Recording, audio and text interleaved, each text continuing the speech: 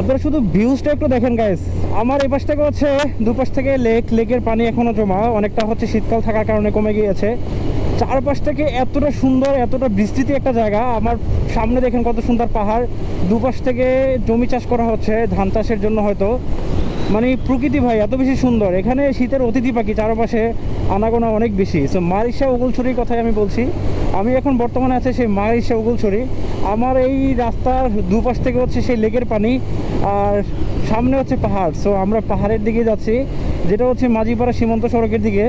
So ভাই এখানের ভিউটা একটু দেখেন। মানে বিকেলবেলা যখন আপনি এখানে একটু গোধূলি আলোর সময় কাটাবেন, আপনার সত্যি মনটা ছুঁয়ে যাবে বলা যায়। আর অনেক বেশি ভালো লাগছে বলা যায়। আমার এই নিয়ে সেকেন্ড টাইম এখানে আসা। আমার কাছে কিন্তু এই মারিশা ওগুলছড়ির এই বিলের মাঝখান থেকে রাস্তাটা অনেক বেশি উপভোগ করি।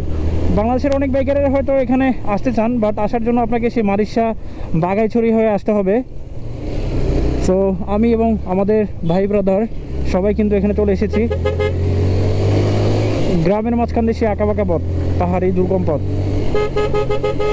মূলত মাঝিপাড়া যাওয়ার জন্য প্রধান সড়কই হচ্ছে এই সড়কটি, মাঝিপাড়া সীমান্ত সড়ক। তো এই রাস্তাটা হয়তো মাঝিপাড়া সীমান্ত সড়কটা যখন হয়ে যাবে তখন এটা বাইপাসের রাস্তা হিসাবে কাজ করবে। অনেক বেশি ভালো লেগেছে এই রাস্তাটা। আর এটা বলা যায় সেই কাপ্তাই লেকের একটা অংশ। সো কাপ্তাই লেকের পানিটা নর্মালি হচ্ছে এই বর্ষাকালে একটু কম থাকার কারণে, বর্ষাকাল হওয়ার কারণে একটু কম আছে বলা যায়।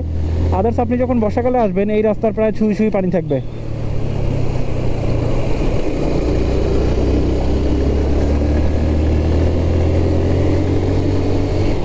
সত্যি একবারে অসাধারণ।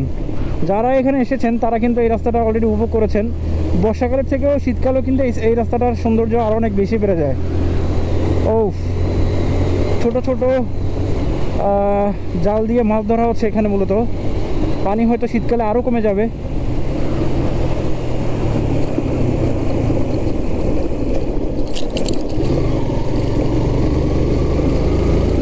তো ওগলছড়ি অলমোস্ট আমরা চলে এসেছি। ওগলছড়ি 1 কিলোমিটার, আর এখান থেকে আমরা সীমান্ত সড়কে প্রবেশ করব।